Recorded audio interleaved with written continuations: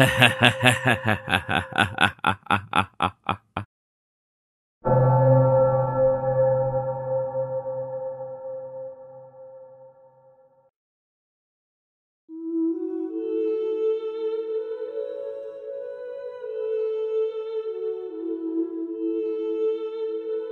তোমাকে অসম্ভব ভালোবাসি। আমাকে কখনো ছেড়ে যাবে না তো? আমিও তোমাকে অসম্ভব ভালোবাসি। আমার জীবনের শেষ নিঃশ্বাসটা আমি তোমায় দেখে। কি হয়েছে মা? এভাবে চিৎকার করছিস কেন? মা, মা, আমি ওই কালো ছায়াটা আবার দেখতে পেলাম। মা, আমার সাথে কেন এমন হচ্ছে? আমি কি পাগল হয়ে যাচ্ছি? মাথায় প্রচন্ড যন্ত্রণা হচ্ছে। এমন পাগলামি করিস না, দেখিস সব ঠিক হয়ে যাবে। মা, আমার তো অতীত জীবনের কিছুই মনে নেই। আমি তো এটাও জানি না আমি কে, আমার পরিচয় কি। তোমাকে আর কিছুই জানতে হবে না। তোমার জীবন এখান থেকে আবার শুরু হয়েছে। আমরাই তোমার বাবা মা, আর এটাই তোমার পরিচয়। বেশ কিছু বছর আগে রঞ্জিত কুমার এবং তার স্ত্রী সরস্বতী দেবী গাড়িতে করে অজয় পাহাড়ের পাশ দিয়ে যাচ্ছিলেন। তাদের জীবনে একটাই দুঃখ, তাদের নিজের কোনো সন্তান নেই। হঠাৎ করে তারা দেখতে পেলেন দূরে একটি মেয়ে অচেতন অবস্থায় পড়ে আছে। মেয়েটির সারা শরীরে কাটাছেঁড়া দাগ। মাথায় প্রচণ্ড আঘাত পাওয়ার জন্য সে তার অতীতের সমস্ত স্মৃতি ভুলে গিয়েছে। অনেক খোঁজ নেওয়ার পরেও মেয়েটির আসল পরিচয় জানা সম্ভব হয়নি। তারা মেয়েটির নাম রাখলেন প্রিয়ন্তিকা। বেশ কয়েক মাস সেবা যত্নের পর মেয়েটি শারীরিকভাবে সুস্থ হয়ে ওঠে, কিন্তু তার স্মৃতি ফেরানো আর সম্ভব হল না। তাদের বাড়ির পাশ দিয়ে বয়ে চলেছে ছোট্ট একটি নদী। সে প্রায় নদীটার পাশে গিয়ে বসে থাকে, নদীটার দিকে এক দৃষ্টিতে তাকিয়ে থাকে, আর কি যেন ভাবতে থাকে। কে যেন তাকে ডাকছে, অদিতি, অদিতি, অদিতি, শুনতে পাচ্ছ কি আমায়? কে কে ডাকছেন? অদিতিকে? আমার নাম তো অদিতি নয়।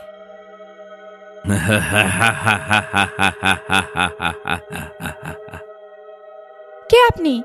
আমার সামনে আসছেন না কেন? আফা, আফা, আপনি কার লগে কথা কন? এখানে তো কেউ নাই। তুই কি শুনতে পাসনি? কে যেন অদিতি বলে ডাকছিল। না তো আফা, এইটা মনে হয় আপনার মনের ভুল।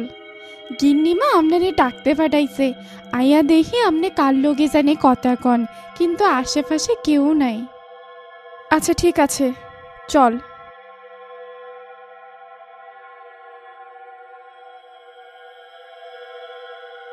শহরের মস্ত বড় ব্যবসায়ী অর্ণব সিনহা। তার ধন সম্পদের কোনো অভাব নেই, কিন্তু তার জীবনের সবচেয়ে বড় দুঃখ, তার প্রিয়তমা অদিতি সাহা বিয়ের 1 মাস আগে পাহাড়ে ঘুরতে গিয়ে মারা যায়।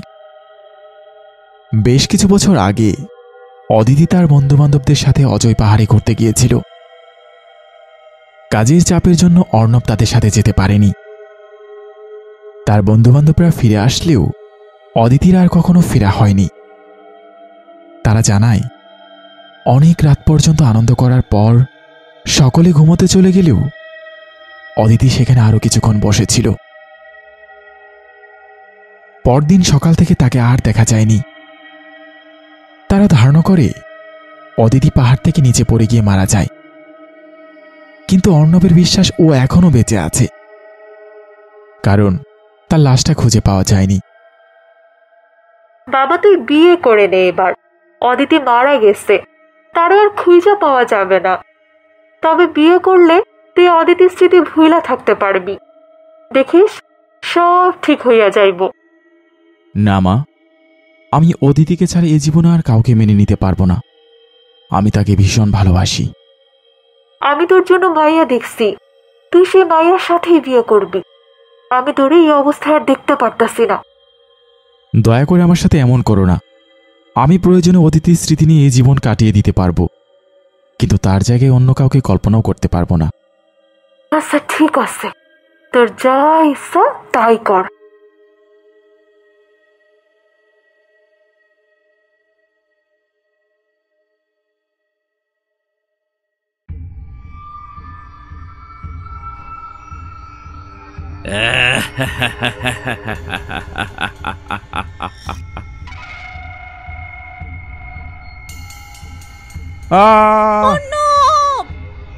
প্রিয়ন্তীকে একটি ভয়ঙ্কর স্বপ্ন দেখে জেগে ওঠে। তার চোখে মুখে ভয়ের ছাপ স্পষ্ট। সে চোখে মুখে জল দেওয়ার জন্য দৌড়ে ওয়াশরুমে চলে যায়, কিন্তু ওয়াশরুমের আয়নার দিকে তাকাতেই যা দেখতে পেল সেটা দেখার জন্য সে মোটেও প্রস্তুত ছিল না।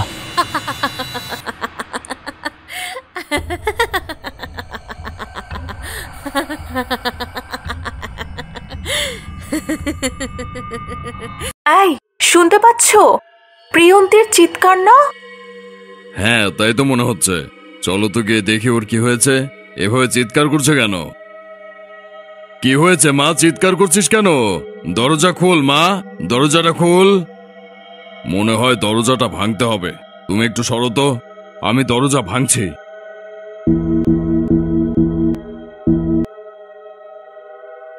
প্রিয়ন্তিকা, প্রিয়ন্তিকা, কই তুই মা? রুমে তো কোথাও দেখছি না। চলো তো ওয়াশরুমে গিয়ে দেখি।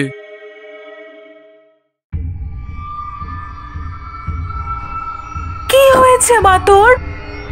মনে হয় কোনো কিছু দেখে ভয় পেয়ে জ্ঞান হারিয়ে ফেলেছে। প্রিয়ন্তিকা, শুনতে পাচ্ছিস আমার কথা? মা, মা, আমাদের বল, কি হয়েছিল তোর?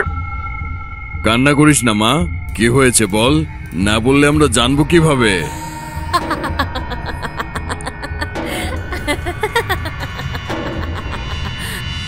তুই ভয় পাস না, ভূত বলতে কিছুই হয় না। তুই একটু অসুস্থ, তাই হয়তো তোর হ্যালুসিনেশন হচ্ছে। কালকে ওকে সাইকিয়াট্রিস্ট অঞ্জনার কাছে একবার নিয়ে যেতে হবে। তুমি ঠিক বলেছ। এখন তো অনেক রাত হয়েছে, তুমি সকালে একটু ডক্টরের অ্যাপয়েন্টমেন্ট নিয়ে নিও। মা, তুই ঘুমিয়ে পড়, সব ঠিক হয়ে যাবে। আজ রাতে আমি তোর পাশেই শুয়ে পড়ছি।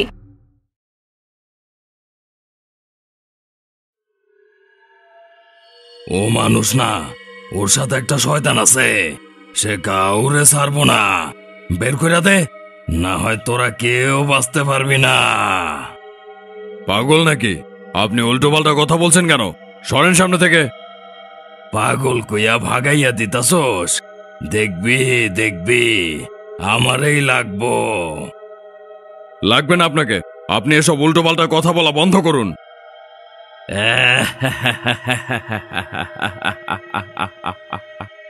কি হলো? দাঁড়িয়ে আছিস কেন? চল মা। আমি গতকালকে যে পাগলটিকে স্বপ্নে দেখেছিলাম সে অবিকল এইরকম দেখতে ছিল। এসব কি হচ্ছে আমার সাথে? আমার খুব ভয় করছে। এসব মনের ভুল। হয়তো আগে কোথাও তাকে দেখেছিলি, তাই এমন স্বপ্ন দেখছিস। ভয় পাওয়ার কিছু নেই এসব পাগল টাগল দেখে। টাকা কামানোর ধান্দা সব। চলো।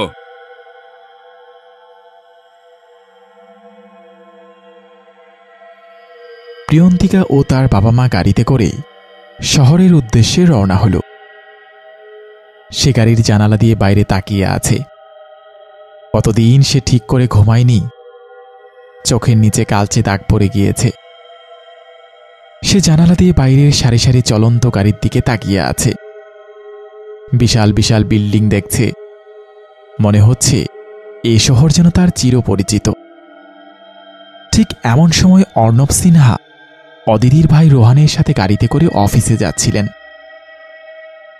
অদিতি মারা যাওয়ার পর থেকে রোহান অর্ণবের সাথেই থাকে। হঠাৎ করে তার প্রিয়তমা অদিতিকে দূর থেকে এক পলক দেখতে পায় সে। দেখা মাত্র সে বিচলিত হয়ে পড়ে। রোহান, আমি এইমাত্র অদিতিকে দেখলাম। কি বলছেন? কোথায় দেখেছেন? একটু আগে এই পাশে একটা গাড়ি ছিল, সেখানে জানালার দিকে মুখ করে অদিতি বসেছিল। আমি এক পলক তাকে দেখলাম। আপনি সারা দিন দিদির কথা ভাবতে থাকেন, মনের ভুলে কাকে না কাকে দিদির মতো দেখেছেন। আমার চোখে ভুল হতে পারে না, আমি শিওর আমি অদিতিকেই দেখেছি। দিদি যদি বেঁচে থাকতো তাহলে কি আপনার একবারও খোঁজ নিত না? আমাদের খোঁজ নিত না? মা শেষ নিঃশ্বাস পর্যন্ত দিদির জন্যই কান্না করেছে, সে কি মায়ের কাছেও একবার আসতো না? আমি কিছুই জানি না, আমার চোখ কখনো ভুল হতে পারে না। অন্য কাউকে দেখে আমি অদিতিকে মনে করব, এটা অসম্ভব। আমি শিওর আমি অদিতিকেই দেখেছি। আচ্ছা ঠিক আছে, আমি মেনে নিলাম। চলেন দেখে আসি, ওই কালো গাড়িটাই তো? হ্যাঁ ওটাই।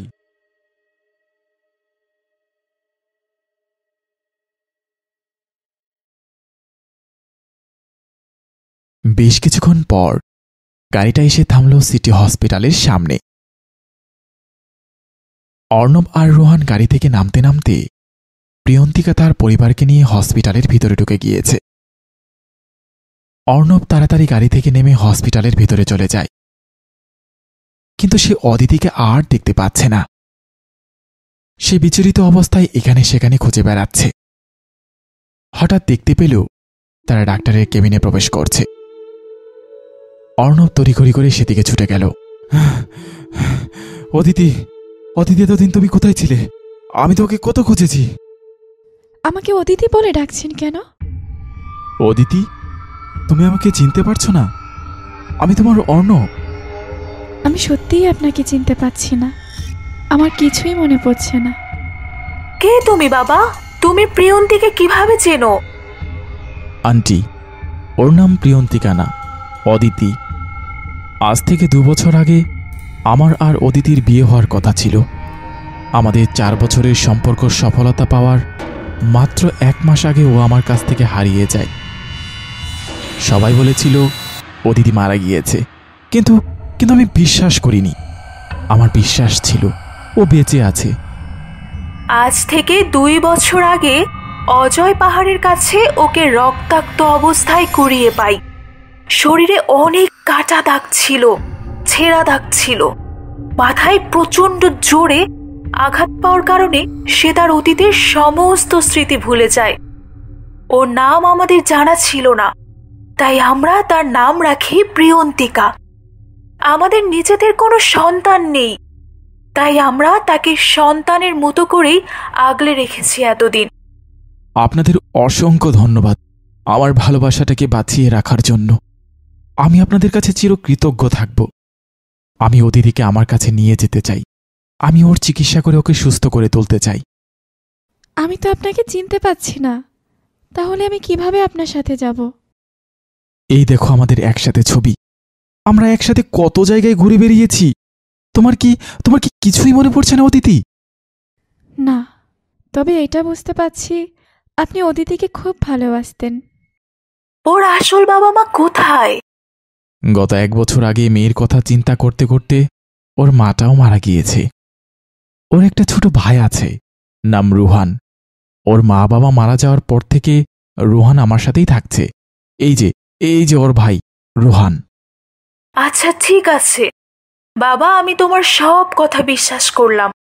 যেহেতু তোমাদের বিয়েটা সম্পূর্ণ হয়নি, তাই আমি চাই তুমি প্রিয়ন্তীকে বিয়ে করে তোমাদের ঘরে নিয়ে যাও, যতদিন সে আমাদের সাথেই থাকুক।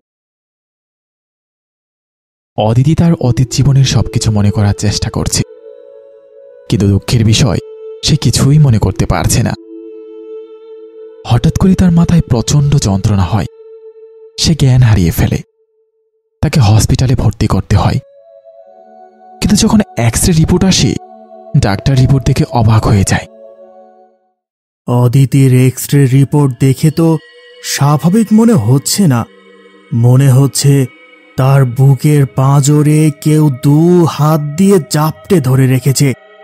এমন কিছু আমার জীবনে আগে কখনোই দেখিনি। কিন্তু ওর সিটি স্ক্যান রিপোর্ট একদমই স্বাভাবিক।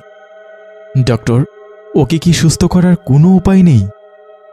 উপায় হয়তো আছে, কিন্তু সেই উপায় আমার জানা নেই। আমি আমার কলিগদের সাথে আলোচনা করে দেখছি কি করা যায়। অদিতির জ্ঞান ফিরছে না কেন? প্রচণ্ড চাপ নেওয়ার কারণে সে জ্ঞান হারিয়েছে। আমরা ওকে ঘুমের ওষুধ দিয়েছি, রাতের মধ্যে জ্ঞান ফিরতে পারে। ডাক্তার, ওর স্মৃতি কি আর কখনোই ফিরবে না? সে কথা তো বলা যায় না। স্মৃতি যে কোনো সময় ফিরতে পারে, আবার এমনও হতে পারে কোনো দিনও ফিরবে না। যত টাকা লাগুক আমি খরচ করতে রাজি আছি। আমি শুধু ওকে সুস্থ অবস্থায় দেখতে চাই ডাক্তার। দেখুন মিস্টার অর্ণব সিনহা, সকলেই তার প্রিয় মানুষটাকে সুস্থ অবস্থায় দেখতে চায়, কিন্তু সবকিছু তো আর আমাদের হাতে থাকে না। বিধাতার ওপর ভরসা রাখুন।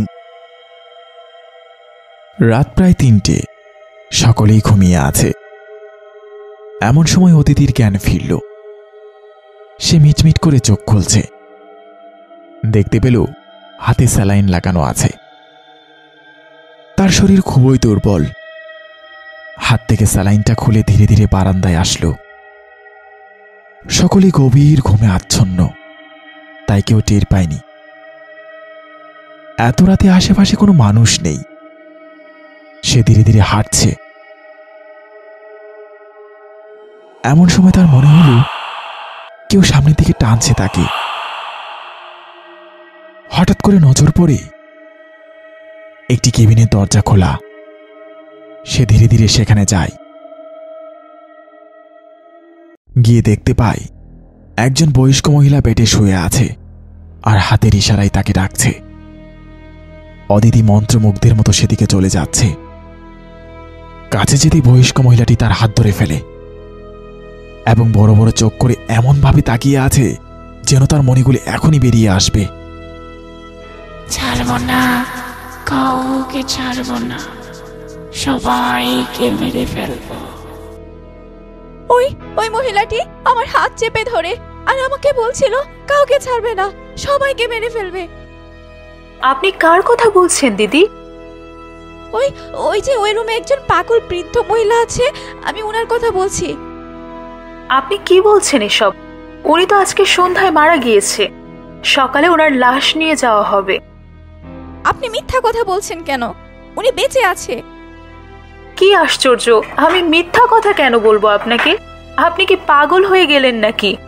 আপনি আসেন আমার সাথে, আপনাকে দেখাই সে বেঁচে আছে কিনা। অদিতি সেই নার্সের সাথে পুনরায় সেই কেবিনে যায় এবং যা দেখতে পায় সেটা দেখার জন্য সে মোটেও প্রস্তুত ছিল না।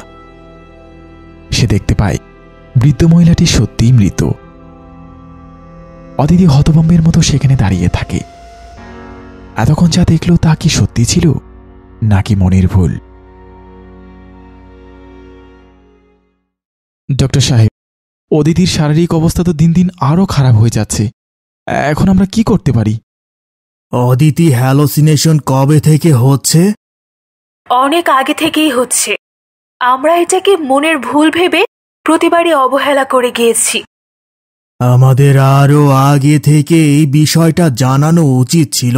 যতটুকু ধারণা করা যায় সে সিজোফ্রেনিয়া নামক মানসিক রোগে আক্রান্ত। ওরে কি সুস্থ করা সম্ভব না? এটা খুবই বিরল একটা সমস্যা। কেউ এই রোগে আক্রান্ত হলে সে এমন কিছু দেখতে পায় যা অন্যরা দেখতে পায় না। এখন কি করা যায়? আপনারা তাকে একটা নীরব পরিবেশে রাখতে পারেন। প্রতিনিয়ত স্মৃতি ফেরানোর চেষ্টা করে যেতে হবে। অতীতের সব কিছুর সাথে পরিচয় করিয়ে দিতে হবে। আমি কিছু ঔষধ লিখে দিচ্ছি, 15 দিন পর আবার নিয়ে আসবেন। শহর থেকে কিছুটা দূরে অর্ণবের একটি বাগান বাড়ি আছে। সেখানেই সকলকে নিয়ে যাওয়া হয়। খোলা পরিবেশে অদিতির মন কিছুটা ভালো হতে পারে। সে বাড়িটা ঘুরে ঘুরে দেখছে। মনে হচ্ছে এই বাড়িটা তার খুব পরিচিত। রাতের খাবারের পর সকলে ঘুমিয়ে পড়ে। হঠাৎ করে অদিতি শুনতে পায় কেউ যেন তার নাম ধরে ডাকছে।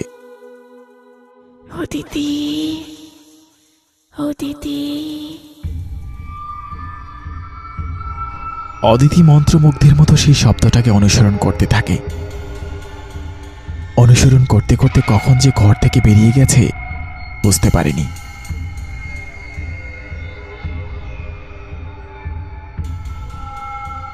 আমি আপনার স্মৃতি ফিরিয়ে দিতে পারবো। কিভাবে পারবেন আমার স্মৃতি ফিরিয়ে দিতে? দয়া করে আমার স্মৃতি ফিরিয়ে দেন। আমার সাথে আসুন।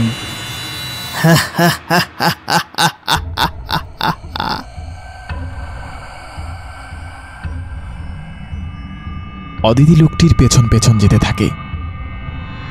আশেপাশে কোনো মানুষের চিহ্ন মাত্র নেই। কিছুটা দূর যাওয়ার পর সে আর ওই লোকটিকে দেখতে পারল না। চারদিকে ভয়ঙ্কর হাসির শব্দ হচ্ছে। হাসির শব্দে ভয় পেয়ে সে দৌড়াতে থাকে। দৌড়াতে দৌড়াতে সে হঠাৎ কিছুর সাথে ধাক্কা খেয়ে পড়ে যায়। ওপর দিকে তাকিয়ে দেখে সেই লোকটি ফাঁসিতে ঝুলছে।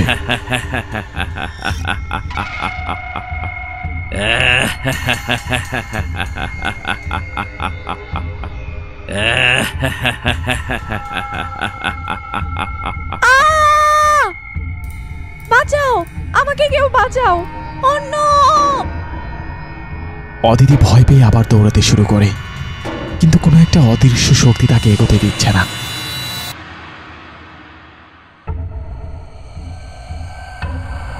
অদিতি প্রাণপণে চিৎকার করছে, কিন্তু কেউ তার চিৎকার শুনতে পাচ্ছে না।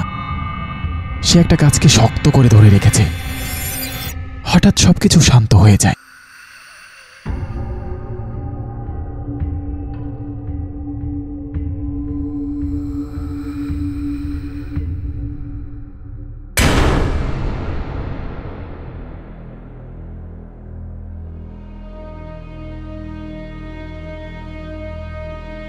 প্রিয়ন্তিকার কি হয়েছে?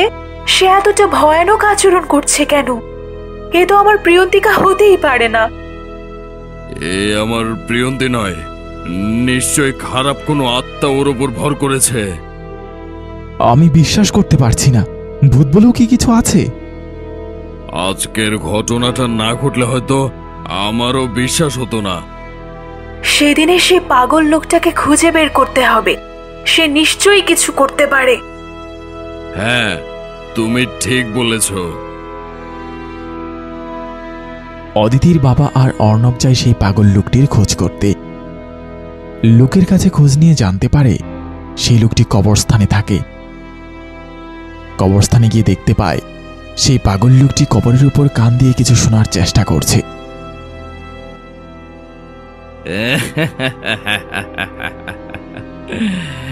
দেখলি তো, ওই আমার কাছেই আবার আইতে হইল। আমাদের ক্ষমা করে দিন, আমরা আপনাকে চিনতে পারিনি। আমার মেয়েটাকে বাঁচান বাবা। আমি সব কিছু জানি, কিন্তু তারে একটা শয়তানের আত্মা ভর করছে। সে খুবই শক্তিশালী। আমার হাতে কিচ্ছু নাই। আমি জানি আপনি পারবেন তাকে বাঁচাতে। দয়া করে চলুন আমার সাথে। অনেক অনুরোধের পর সেই পাগল লোকটি তাদের সাথে যেতে রাজি হল। অদিতি ঘুমিয়ে আছে। পাগল লোকটি তার নাকের সামনে কি যেন একটা ধরতেই সে উঠে পড়ে। আবার সে ভয়ঙ্কর রূপ ধারণ করে। এমন সময় তার শরীরটা শূন্যে ভাসতে থাকে। এই, কে তুই বল? না, তুই বল, না হয় তোর কিন্তু খবর আছে।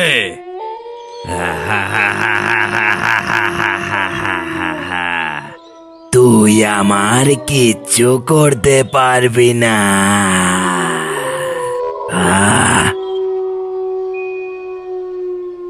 এইবার বল তুই কে? আমি তাপস রঞ্জন দাস।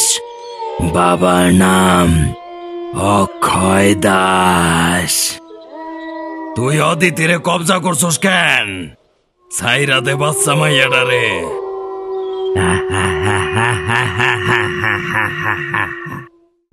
বেশিক্ষণ আটকায় রাখা সম্ভব হইব না। এই শয়তান আমার ধারণার চাইতেও অনেক বেশি শক্তিশালী। তাপস রঞ্জন? ও তো আমার বন্ধু ছিল। 2 বছর যাবৎ ওকেও খুঁজে পাওয়া যাচ্ছে না। সে মারা গেল কিভাবে? আর সে কেনই বা অদিতির ক্ষতি করতে চাইছে? অদিতি তো কখনো কারো ক্ষতি করেনি। অর্ণবদা, আমি বলছি কি হয়েছে, যে কথাটি আমি আর দিদি ছাড়া কেউ জানে না। হ্যাঁ বলো, কি কথা? আজ থেকে 2 বছর আগে একদিন মা বাসায় ছিল না, শুধু দিদি আর আমি ছিলাম। হঠাৎ করে আমি তোমাকে খুব ভালোবাসি, তুমি অর্ণবকে বিয়ে করো না, আমাকে বিয়ে করো, আমি তোমাকে অনেক ভালো রাখবো। তাপসদা, কি বলছেন এসব?